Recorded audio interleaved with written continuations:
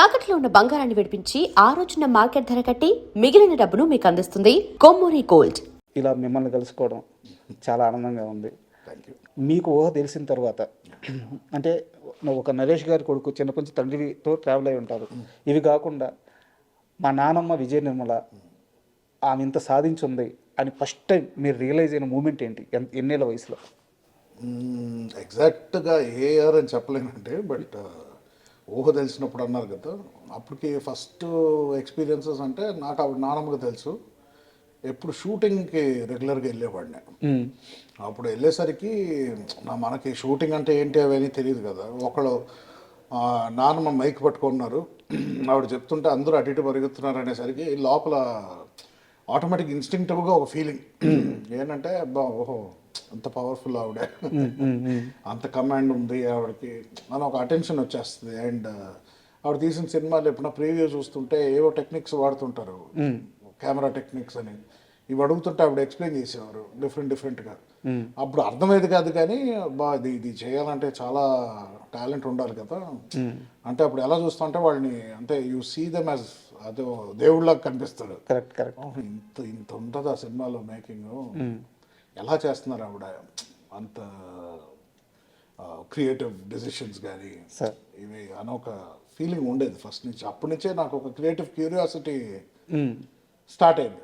అంటే ఆవిడ స్క్రీన్ మీద ఇంత మ్యాజిక్ చేయొచ్చు, ఇలాంటి ట్రిక్స్ చేయొచ్చు, అండ్ చాలా వరకు ఆడియన్స్ని ఎంటర్టైన్ చేయొచ్చు. అంటే నేనే ఒక ఆడియన్స్గా అంత ఏమంటారు ఎక్సైట్ అయ్యాను నేను చూసి, అంత ఇన్స్పైర్ అయిన. So I also wanted to take on the same field. So తెలియకుండా ఆ ప్రభావం మీ పైన పడిపోయింది. 100% పడిపోద్దండి ఆటోమేటిక్గా. ఇంట్లో 24 hours అవే టాపిక్ ఉంటుంది కదా. ఏదో ఒక ప్రివ్యూ సినిమా ఉంటుంది, మన ప్రపంచంలోనే ఉంటాం. మ్యాక్సిమమ్ ఇంటికి చదువు లేకపోతే క్రికెట్ ఆడతాం. బట్ అల్టిమేట్గా వచ్చేసరికి నాన్నగారు ఏం చేస్తున్నారు, షూటింగ్ నుంచి వస్తారు, షూటింగ్కి వెళ్తాం. ఆటోమేటిక్గా ఒక ఎన్వైరన్మెంట్ మనకు అలవాటు అయిపోద్ది అక్కడి నుంచి. బట్ అక్కడి నుంచి ఇంట్రెస్ట్ రావడం అనేది ఐ థింక్ ఇట్స్ సెల్ఫ్ ఇది ఒకళ్ళకి నేను ఇది చేయగలుగుతాను, నేను అయినా డెలివరీ చేయాలి అని ఒక ఇంటెన్షన్. ముందుగా విజయ నిర్మల గారు అనగానే చాలామంది గుర్తొచ్చారంటే ఆమె నటిగా చాలా సినిమాలు చేశారు, దర్శకురాలుగా అద్భుతమైన రికార్డు ఉంది. వీటన్నిటికంటే ముందు ఆమెలో ఒక లాయల్టీ ఉండేది. అంటే ఇప్పుడు మీకు తెలిసి ఉంటుంది, ఆమె ఒరిజినల్ నేమ్ నిర్మల. విజయ ఎందుకు వచ్చింది? విజయ వారి బ్యానర్లో తన సినీ ప్రస్థానం మొదలైంది కాబట్టి విజయ నిర్మల అని పెట్టుకోరు. సో అలా మనుషుల్ని బలంగా నమ్మేవారంట, ఎక్కువ ప్రేమ చూపించేవారట. సో అది మీరు దగ్గర నుంచి చూశారు కదా, ఎలా ఉండేది ఆమె మైండ్ సెట్? నేను అంటే 2 ఇంపార్టెంట్ థింగ్స్ అండి. ఒకటి లాయల్టీ అనేది 2 sides ఉండాలి. ఆవిడ లాయల్టీ వల్ల ఆవిడ తెచ్చుకున్న పేరు కానీ ఆవిడకు ఉన్న రెస్పెక్ట్ ఈరోజు ఉంది సార్.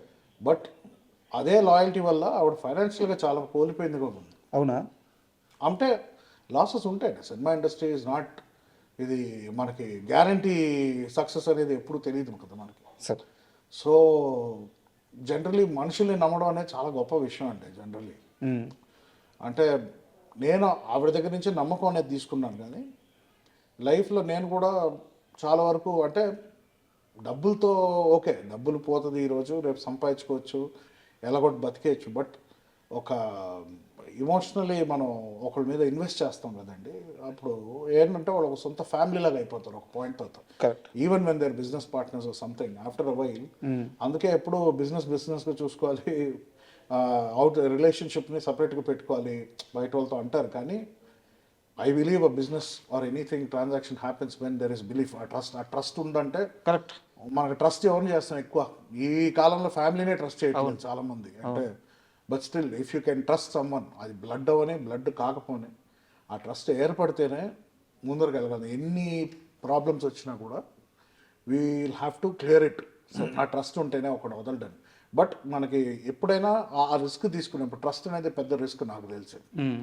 ట్రస్ట్ తీసుకున్నప్పుడు షూర్ 100% మన రాత బాగుంటే ఆఖరి వరకు నిలబడతారు మనతో. ఎప్పుడైతే ఏదైనా ఫెయిల్ అయ్యాక ఒక క్షణం నీ నీడ తప్ప ఏది లేదంటే అక్కడ బ్రేక్ అయిపోయినట్టు. దాని నుంచి కోలుకోవడం చాలా టైం పడుతుంది. అండ్ అలాంటి ఒకళ్ళు కాదండి, చాలా మందికి జరుగుతుంది ఇండస్ట్రీలో. ఉండి ఒక నానమ్మకి అయిందని కాదు. బట్ ఆ వచ్చిన ట్రస్ట్ వల్ల ఆవిడ పోగొట్టుకున్న వాళ్ళు చాలామంది ఉంటారు, కానీ మళ్ళీ రీగ్రూప్ అయ్యి ఆ గట్స్తో మళ్ళీ నేను ఎలాగైనా I will come back on my feet, మళ్ళీ నేను నా కాళ్ళ మీద నిలబడతాను కాన్ఫిడెన్స్ ఆవిడ చూపించిందే లెసన్. సో అది నాకు అర్థం అవడానికి నాకు కొన్ని ఎంట్రుకలు రావాల్సి వచ్చింది. అది ఎందుకంటే నేను చేతులు కాల్చుకున్నాను, ఎందుకంటే మనకి ఇంకా బాగా తెలుసు అని ఎప్పుడు అనుకుంటాం మనం చిన్న ఏజ్లో. Correct correct. దాని తర్వాత అరే వాళ్ళు చెప్పింది కరెక్ట్ అనుకుంటాం. అనుభవం వస్తే గానీ అర్థం అవుతుంది. ఈరోజు అరే ఆవిడ ఉంటే బాగుండేది కదా, ఇప్పుడు కావాలి గైడెన్స్ కొన్ని. బట్ ఏంటంటే ఆవిడ ఎప్పుడు ఇండిపెండెంట్గానే ఆవిడ డీల్ చేసుకునేవారు. ఆవిడకు బ్రదర్స్ ఉన్నా కూడా, ఎంత ఫ్యామిలీ హెల్ప్ ఉన్నా కూడా, main commander of the ship అంటే మానసికంగా చాలా బలం ఉండాలి ఫస్ట్ అది. సో ఎన్ని లాసెస్ వచ్చినా నేను తిరిగి వస్తాను అనే ఒక కాన్ఫిడెన్స్ ఆవిడలో ఉంది, ఎప్పుడు ఒక పట్టుదల ఉండేది సార్.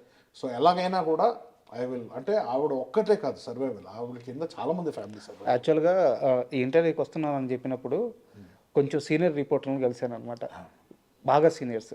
వాళ్ళు చెప్పిన మాట ఏంటంటే, అరే రాజా, విజయ నిర్మల గారు అంటే సినిమాలు, యాక్టింగ్, ఫైనాన్స్ ఇవి కాదురా, ఆమె చాలా మొండిది. అది ఆ మొండి ధైర్యం అసలు ఆ రోజుల్లో ఇండస్ట్రీలో ఒక ఉమెన్కి ఉండడం అనేది అసలు ఎవరికి అర్థం కాలేదు. ఎగ్జాక్ట్లీ, అంటే ఆ మొండితనం లేకపోతే సాధించలేమండి. అంటే ఒకటి లక్ కూడా ఉండాలి సార్. ఒకటి ఆవిడ లక్ ఏంటంటే ఆవిడ సపోర్టింగ్గా ఫ్యామిలీ కూడా ఉన్నారు. అప్పుడు ఏమున్నా కూడా మాకు కలిసి ఉన్నాం, అందరూ ఉన్నాం వెనకాల అన్నట్టు ఒక ఎమోషనల్ సపోర్ట్ ఎప్పుడు కోల్పోలేదు, ఎప్పుడు జాయింట్ ఫ్యామిలీగానే ఉన్నాం సార్. అది కాకుండా ఆవిడ ఓన్ క్యారెక్టర్, ఆవిడ డిఎన్ఏ అంతే, అంటే వదులుకోరు. సైలెంట్గా ఉన్నారు 1 year 2 years అనే గ్యాప్ వచ్చిన సైలెన్స్ ఉన్నా, దాని తర్వాత తిరిగి 10 రెట్లు ఎలా ఇంకా పైకి రావాలని ఆలోచిస్తారు. కానీ అరే మనం అయిపోయామని ఇప్పుడు ఆవిడ లాస్ట్ బ్రెత్ వరకు ఎప్పుడు ఆవిడ గివ్ అప్. 2010 వరకు చాలా యాక్టివ్గా సినిమాలు చేశారు సార్. అవునండి.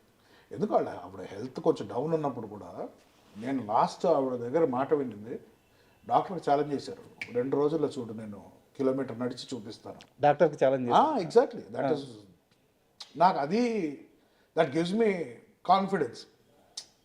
అంటే అంత ఏజ్లో కూడా ఇంత ఇష్యూస్ ఉన్నా, ఇంత పెయిన్లో ఉన్నా కూడా ఆవిడ మెంటల్ స్ట్రెంగ్త్ చూసి, కరెక్ట్, నేను అదే అనుకున్నాను, నాకు అసలు అంత ఉంటుంది ఆ మెంటల్ స్ట్రెంగ్త్ అసలు మనకి.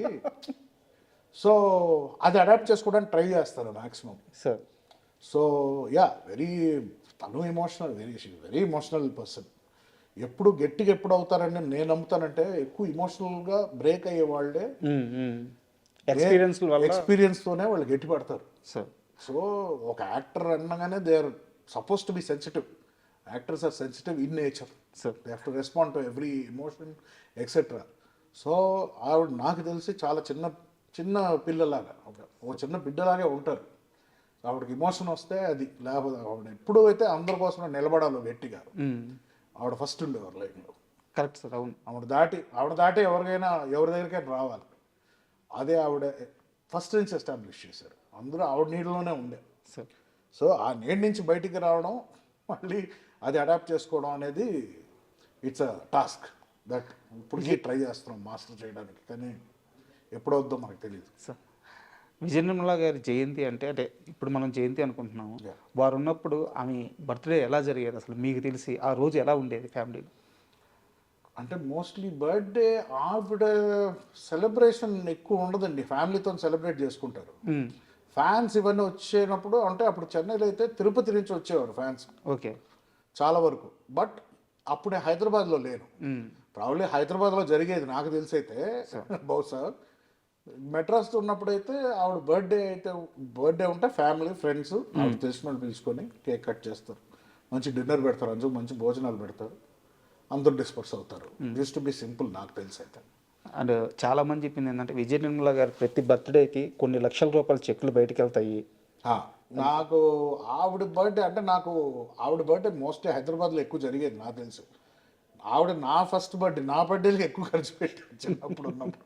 నాకే అర్థమయ్యేది కాదు అది ఎవరి బర్త్డే ఏమి. జనాలు ఈ గేమ్ షోస్ అని పెట్టి పిల్లలకి ఇవి, తర్వాత ఆ టెంపుల్స్కి వీటికి ఆవిడ రెగ్యులర్గా ఆవిడ చాలా చేసేవారు యాక్చువల్లీ. సో యా అంత డీటెయిల్డ్ నాకు నాకు నిజంగానే తెలియదు. చెక్ రాశారా పంపించారా ఇవన్నీ నాకు తెలియదు. నా పనిలో నేను ఉండేవాడిని. బట్ నాకు తెలిసి అయితే నా కొన్ని బర్త్డేస్ మటు చాలా గ్రాండ్గా చేశాను. దాని తర్వాత ఎప్పుడైతే పెద్ద అయిపోయానో అక్కడి నుంచి కొంచెం సింపుల్. నేను I wanted it to be simple. Sir యాక్చువల్గా ఇంటర్వ్యూకి వస్తా మీ గురించి తెలుసుకోవాలని చెప్పి నేను మొత్తం ప్రిపేర్ అవుతున్న సమయంలో నాకు ఒకటి అర్థమైంది. నవీన్ విజయకృష్ణ అంటే విజయ నిర్మల గారి కోసం జీవితం మొత్తం మీరు ట్రావెల్ అయ్యారు. అంటే ఆమె ఎప్పుడు ఏ మాట అడిగితే ఆ మాట ఫుల్ఫిల్ చేయడానికే ట్రావెల్ అయ్యారు. 100%. మీరు ఎడిటర్గా అవ్వడానికి కారణం ఆమె ఒక్కరోజు మందలించడమే. ఏంద్రా లైఫ్, ఒక్క క్వశ్చన్ అడిగిన దానికి కొన్ని సంవత్సరాలు మీరు ఇంటికి రాకుండా శబ్దలయ స్టూడియోలో కింద కొనుక్కొని మరి వర్క్ నేర్చుకొని వర్క్ చేసుకొని ఒక సినిమా ఛాన్స్ దక్కించుకొని కృష్ణవంశీ గారితో మళ్ళీ ఇంటికి తిరిగి వచ్చారు. అక్కడి నుంచి ఎడిటర్గా మీకు ఎంత మంచి పేరు వచ్చిందో ఇండస్ట్రీ వాళ్ళు అందరికీ తెలుసు. అక్కడి నుంచి మళ్ళీ ఆమె నిన్ను యాక్టర్గా చూడాలని ఉందని ఒక్క మాట అడిగిన దానికి ఆ ఎడిటింగ్ అంతా పక్కన పెట్టి యాక్టర్గా మీరు కోవిడ్ ముందు వరకు ఎంత పెద్ద ప్రయాణం చేశారో అందరికీ తెలుసు. నానమ్మ అడిగిన ఏ మాటకి మీరు ఎదురు చెప్పలేదు, నో చెప్పలేదు, దాన్ని ప్రయత్నిస్తూనే ఉన్నారు. ఈ విషయంలో మిమ్మల్ని చాలా సక్సెస్ఫుల్ మనవడం అనుకోవచ్చు. ఏమో నాకు నేను ఏ రోజు నేను సక్సెస్ అయ్యాను అని నేను మైండ్లోకి వెళ్ళిందంటే I think that is the end of my career అని నేను ఫీల్ అవుతాను. నేను కెరీర్ పరంగా అడగట్లేదు, ఏదో ఎలాగైనా ఆ బాండింగ్ పరంగా అడుగుతున్నాను. నేను ఒకటే చెప్తానండి, నేను నాకు దేవుడు అన్నాడు ఉంటే నాకు షష్ఠి పూర్తి వరకు ఉన్నానంటే ఆ రోజు నేను వెనకాల చూసుకొని ఎవాల్యుయేట్ చేసుకుంటాను. అప్పటి వరకు నథింగ్ ఇస్ అన్ అచీవ్మెంట్ నాకు తెలిసి. అంటే చిన్న చిన్న సక్సెస్ ఉంటాయి, but at the same time success అయిపోయిన వెంటనే నెక్స్ట్ ఏంటని ఉంటుంది. వెంటనే ఒక 3 ఫెయిలియర్స్ రావచ్చు. సో ఈ రోజు నేను అప్పుడు సక్సెస్ అయ్యానని ఇప్పుడు కోవిడ్ తర్వాత 4 years బ్యాక్ అయిపోయింది. సో ఆవిడ నన్ను యాక్టర్గా చూడాలనుకున్నారు. నేను ఎప్పుడు డైరెక్షన్ వెళ్తున్నానంటే ఆవిడకి నచ్చలా. బట్ నేను యాక్టర్ అవుదామని మధ్యలో అనుకున్నాను, డైరెక్టర్ అవుదామని మధ్యలో ఆఫ్టర్ హర్ డిమైస్ అవుదాం అనుకొని మళ్ళీ నాకు ఆ గిల్ట్ కాన్షియస్ లోపల ఆవిడ ఎక్కడైనా చూస్తూనే ఉంటారు, ఆవిడకి మాట ఇచ్చాం కదా, సరే ఏదో ఒక రకంగా పర్సూ చేయాలి, but I have to be creative. నేను ఇంకా అందరి మీద డిపెండ్ అవ్వలేను. నేను ఫస్ట్ క్రియేటివ్ ఫీల్డ్లోకి వెళ్ళి మెల్లిగా I will see if I can అలాంటి ఆస్కారం అలాంటి ఒక అవకాశం వస్తే నేను అది 100% I will take that journey. So success అనేది I don't think milestones నేను కౌంట్ చేయనండి. ఒకే milestone at the end. Retire అయ్యే టైంలో ఎంతమందికి మనం ఎంత సాధించాం, మనం ఎంతమందికి హెల్ప్ చేయగలిగాం, ఇంతే కౌంట్ అవుద్ది లాస్ట్. అంటే నేను ఏ ప్రాతిపదికన అడిగానంటే, ఈరోజు ఇంట్లో వాళ్ళు బీటెక్ చదివిస్తే, డిగ్రీ చదివిస్తే నెక్స్ట్ ఏం జాబ్ చేయాలని ఇంట్లో వాళ్ళు చెప్తే పిల్లలు వినట్లేదు, వాళ్ళ ఓన్ చాయిస్ ఉంటుంది. బట్ కెరీర్ అంతా ఆమె ఏ మాట అడిగితే ఆ మాట కోసం కెరీర్ అంతా మార్చుకుంటూ వెళ్ళారు. సో ఆ విషయంలో నేను అన్నాను. అంటే అఫ్ కోర్స్ ఎడిటింగ్ చేయాలని ఆవిడ చెప్పలా. అవునవును, యాక్టింగ్ వద్దన్నారు కాబట్టి నేను వేరే ఫీల్డ్ చూస్ చేసుకున్నాను. సో ఎడిటింగ్ అనేది ఇట్ పుల్డ్ మీ. ఎప్పుడైతే ఇంకా చాలు హెల్త్ దెబ్బతింటుంది, నువ్వు యాక్టర్ అవ్వు అన్నారో అవి మొత్తం వదిలేశాను ఇంకా. కరెక్ట్. నాకు చిన్న డౌట్, చెప్పండి. 17 ఏళ్ల వయసు, అంటే 16-17 ఏళ్ల వయసు, బాగా ఎంజాయ్ చేయాలి, నా రేంజ్ చూపించాలి, ఇలాంటి ఒక మైండ్ సెట్ అందరిలోనే ఉంటుంది. నానమ్మ ఒక మాట అడిగిందని చెప్పేసి వెళ్ళి శబ్దాలయలో ఆ కింద ఫ్లోర్లో పనుకొని అక్కడే తింటా, అక్కడే నిద్రపోతా, అక్కడే పనిచేసేటప్పుడు మీకు ఈ బ్యాక్గ్రౌండ్ ఏం గుర్తురాలేదా? నాకు అక్కడ ఒక సామ్రాజ్యం ఉంది, వేల కోట్ల రూపాయల ఆస్తి ఉంది, నేను తలుచుకుంటే ఏమైనా చేయగలను, ఇన్నిటిని వదిలేసి ఆ ఏజ్లో అంత మెచ్యూర్గా ఆలోచించేంత ఆ శక్తి ఎలా వచ్చింది? ఫస్ట్ ఆఫ్ ఆల్ అలా ఆలోచించే అవకాశం ఇవ్వలేదు ఇంట్లో ఫస్ట్. ఎప్పుడు నాన్నగారా నాన్నమ్మగారు? నాన్నమ్మ గారు దగ్గర నుంచి వస్తుంది, అందరం ఆవిడ ఫుడ్ స్టెప్స్తోనే ఫాలో అయ్యాం కాబట్టి. ఫస్ట్ ఆఫ్ ఆల్ నేను I think around 15 years 16 years అనుకుంటా, ఆవిడ స్విట్జర్లాండ్ ఎక్కడో షూటింగ్కి వెళ్తున్నారంటే జనరల్లీ ఏదో ఒకటి తెచ్చేవారు మాకు అక్కడి నుంచి. ఆ రోజు నేను వెళ్ళి ఏం కావాలి నీకు అక్కడి నుంచి అని అడిగితే నేను వస్తాను స్విట్జర్లాండ్కి అన్నాను. ఓకే అంటే ఆవిడ నీవు డబ్బులు అన్నారు. లేవన్నా. మరి ఎలా వెళ్తావు అన్నా. నీ డబ్బులతో నువ్వు వెళ్ళన్నారు. నేను నీకు తెచ్చేదే ఎక్కువ, నువ్వు ట్రావెల్ అవ్వాలంటే ఒక ఖర్చు, అది ఎంత అవుద్ది, ఆ కష్టం తెలిస్తే నువ్వు ఎంజాయ్ చేస్తావు ట్రిప్ని. ఊరికైనా వెళ్ళిపోతే నువ్వు అసలు ఆ కష్టం తెలియదు, ఎప్పుడు నేర్చుకుంటావు రెస్పాన్సిబిలిటీని అప్పటి నుంచి స్టార్ట్ చేశాను ఫస్ట్. ఆవిడ చాలా డిసప్పాయింట్ అయిపోయాను. 2-3 days అలా ఎలా అడిగాడు.